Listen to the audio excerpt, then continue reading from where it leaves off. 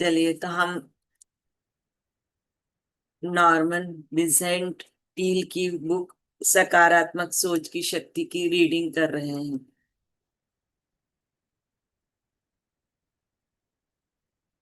आज पहला अध्याय है, अपने आप में विश्वास रखें। अपने आप में विश्वास रखें, अपनी योग्यताओं में विश्वास रखें। विनम्र परंतु पर्याप्त आत्मविश्वास के बिना आप सफल या सुखी नहीं हो सकते, जबकि प्रबल आत्मविश्वास के सहारे आप सफल हो सकते हैं। इन्फीरियरिटी कॉम्प्लेक्स या हीन भावना आपकी आशाओं की प्राप्ति में राह में बहुत बड़ी बाधा है। अगर आप के अंदर आत्मविश्वास की कमी है, तो यह आपको आगे नहीं बढ़ने दे सकती। आत्मविश्वास इस बाधा को हटा देता है। आत्मविश्वास आपको आपकी मंजिल तक पहुंचा देता है और आपको सफलता व उपलब्धियां हासिल होती हैं। यह मानसिक रवैया इतना महत्वपूर्ण है कि यह पुस्तक आपको सबसे पहले तो यही सिखाना चाहेगी कि आप अपने आप में विश्वास रखें और अपनी आंतरिक शक्तियों को मुक्त करें। यह देखना दुखद है कि इतने सारे लोग उस बीमारी से पीड़ित हैं। कौन सी? आत्मविश्वास की कमी। उसके शिकार हैं, जिसका नाम इंफीरियरिटी कॉम्प्लेक्स या हीन भावना है। परंतु आपको इतना दुख उठाने की जरूरत नहीं है। अगर उचित कदम उठाए जाए तो आप इस समस्या का हल कर सकते हैं। आप अपने आप में रचनात्मक आस्था जगा सकते हैं, ऐसी आस्था जो तर्क संगत है। एक बार मैं शहर के ऑडिटोरियम में बिजनेसमैनों के सभा में भाषण दे रहा था। मैं मंच पर लोगों से मिल रहा था। तभी एक व्यक्ति मेरे पास आया और उसने बहुत भावुक स्वर में पूछा, क्या मैं आपसे एक विषय पर बात कर सकता हूँ जो मेरे लिए अत्यंत महत्वपूर्ण है। मैंने उससे कहा कि वह इंतजार करे और बाकी लोगों के चले जाने पर मिले। फिर हम मंच के पीछे एक तरफ जाकर बैठ गए। उसने कहा, मैं इस शहर में अपने बिजनेस जीवन की सबसे महत्वपूर्ण बिजनेस डील के लिए आया हूँ। अगर मैं सफल हो गया तो मेरी किस्मत चमक जाएगी, परंतु अगर मैं असफल हो गया तो मैं हमेशा के लिए बर्बाद हो जाऊंगा। मैंने उसे सुझाव दिया कि वह थोड़ा रिलैक्स हो जाए, क्योंकि जिंदगी में कोई भी बात इतनी पक्की नहीं होती। अगर वह सफल होता है तो अच्छी बात है, परंतु अगर वह सफल नहीं होता है तो चिंता की कोई बात नहीं है। कल और मौके आएंगे। उसने निराश स्वर में कहा, मुझे अपने आप पर बिल्कुल भी भरोसा नहीं है। मुझ में कतई आत्मविश्वास नहीं है। मुझे लगता है मैं कभी सफल नहीं हो पाऊंगा। मैं बहुत निराश और दुखी हूँ। सच कहूं तो मेरी जिंदगी का जहाज लगभग डूब रहा है। मैं अब 40 साल का हो चुका हूँ। ऐसा क्यों है कि मैं जिंदगी भर हीन भावना, आत्मविश्वास की कमी और खुद पर शंका के कारण परेशान रहा हूँ। आज मैंने आपका भाषण सुना, जिसमें आपने सकारात्मक चिंतन की शक्ति के बारे में बात की। मैं आपसे यह पूछना चाहता हूँ कि मैं अपने आप में किस तरह आस्था रख सकता हूँ, अपना आत्मविश्वास किस तरह बढ़ा सकता हूँ। तो आज बहुत से लोग हैं जो आत्मविश्वास की कमी से बहुत पीछे रह रहे हैं, जिनमें आजकल यंग पीढ़ी बहुत ज्यादा है। इसके लिए दो कदम उठाए जा सकते हैं। मैंने जवाब दिया, सबसे पहले तो यह जानना महत्वपूर्ण है कि आप में शक्तिहीनता की भावनाएं क्यों और कहां से आ रही हैं। इसमें विश्लेषण की जरूरत है और इसलिए इसमें समय लगेगा। हमें अपने भावनात्मक रोगों के प्रति भी वही नजरिया रखना चाहिए जो डॉक्टर शारीरिक रोगों के प्रति रखता है, परंतु यह काम तत्काल नहीं किया जा सकता। कम से कम आज की रात हमारी छोटी सी मुलाकात में तो यह बिल्कुल भी नहीं किया जा सकता और स्थायी समाधान खोजने के लिए उपचार की आवश्यकता होगी। परंतु इस तात्कालिक समस्या से निपटने के लिए मैं आपको एक फार्मूला दे सकता हूँ। मैं दावे से कह सकता हूँ कि अगर आप इसका प्रयोग करेंगे तो यह आपको बहुत काम आएगा। मैं आपको कुछ शब्द लिख कर दूंगा। जब आप रात को सड़क पर जाएं तो उन शब्दों को दोहराएं। रात को बिस्तर पे जाने के बाद भी आप उन्हें कई बार दोहराएं।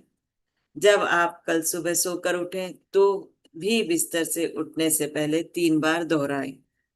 पक्के विश्वास और सच्ची आस्था के नजरिए के साथ ऐसा करें और आपको इस समस्या से निपटने के लिए पर्याप्त शक्ति और योग्यता अपने आप मिल जाएगी। बाद में अगर आप चाहें तो आप अपनी मूलभूत समस्या का विस्तृत विश्लेषण विश्लेषण कर सकते हैं।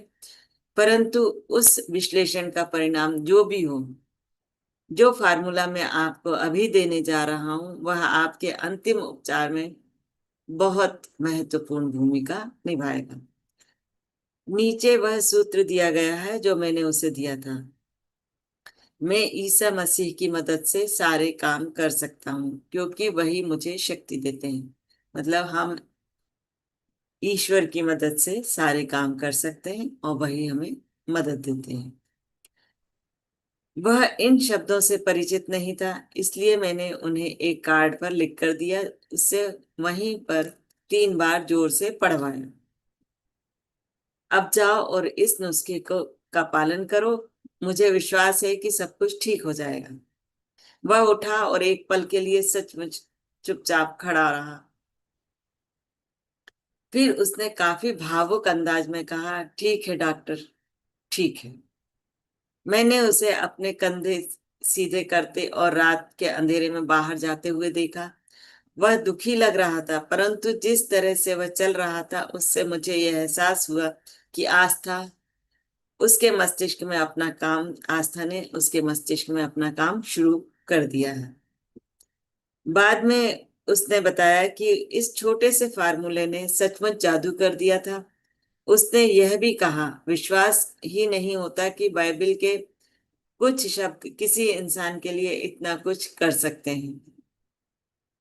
बाद में इस व्यक्ति ने अपनी हीन भावना के नजरिए के कारणों का अध्ययन करवाया कि मतलब उसके अंदर ये हीन भावना कहाँ से और कैसे आई। उस भावना का उसने अध्ययन करवाया। वैज्ञानिक परामर्श और धार्मिक आस्था का प्रयोग द्वारा उन्हें हटा दिया गया। उसे सिखाया गया कि किस तरह आस्था रखी जाए। उसे कुछ निर्दिष्ट निर्देश दिए गए जिनका पालन उसे करना था। धीरे धीरे उसने दृढ़, स्थायी और पर्याप्त विश्वास हासिल कर लिया। वह अब भी इस बात पर हैरान होता है कि पहले अच्छी चीजें उससे दूर भागती थी, जबकि अब वे उसके करीब आ जाती हैं। उसका व्यक्तित्व भी अब नकारात्मक की जगह सकारात्मक हो गया है। इस वजह से अब वह सफलता को अपने से दूर नहीं भागता दिखता है, बल्कि अपनी ओर आकर्षित करता है। अब उसे अपनी खुद की शक्तियों में विश्वास हो गया है। हीन भावना के कई कारण होते हैं, इनमें से ज्यादातर की जड़ें हमारे बचपन में होती हैं। तो हमारे अंदर जो हीन भावना आती है वो एकदम से नहीं आती, उसकी जड़ हमारे बचपन में रहती है। एक एग्जीक्यूटिव ने एक बार मुझसे एक युवक के बारे में परामर्श मांगा जिसका वह प्रमोशन करना चाहता था, परंतु उसने यह भी कहा, महत्वपूर्ण गोपनीय जानकारी के विषय में उस व्यक्ति पर भरोसा नहीं किया जा सकता। और मुझे इस बात का बेहद अफसोस है, क्योंकि अगर ऐसा ना होता तो मैंने उसे अपना प्रशासनिक सहयोगी बना लिया होता। उसमें बाकी सभी आवश्यक योग्यताएं हैं, परंतु वह बहुत ज्यादा बोलता है। हालांकि उसका ऐसा कोई इरादा नहीं होता, परंतु वह निजी और महत्वपूर्ण गोपनीय रहस्य सबको बता देता है। तो उसकी आदत रहती है ज्यादा बोलने की, और ज्यादा बोलने के उसमें वो कई गोपनीय बातें वो बता देता है। इस कारण उसको वो अधिकारी नहीं बनाना चाहता था, लेकिन बाकी और सारे गुण उसमें थे जो उसको चाहिए थे। विश्लेषण करने पर मैंने पाया कि वह व्यक्ति केवल अपनी हीन भावना के कारण ही ज्यादा बोलता था।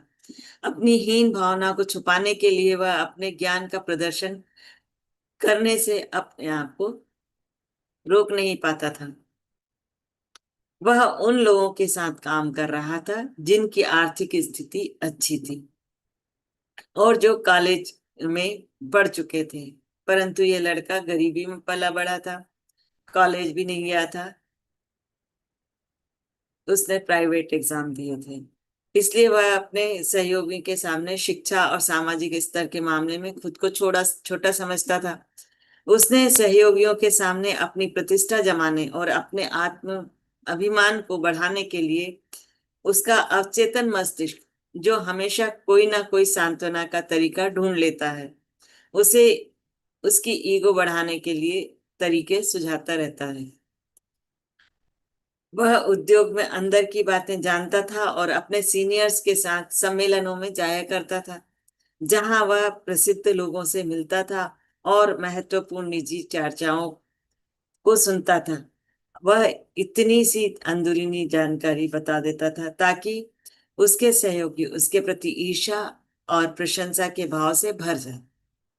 इससे उसका आत्म स्वाभिमान बढ़ जाता था और प्रतिष्ठा की उसकी इच्छा भी पूरी हो जाती थी। तो मतलब झूठे अभिमान के कारण वो ये सब करता था। तो आज के स्वाध्याय को हम यहीं पर रोकते हैं।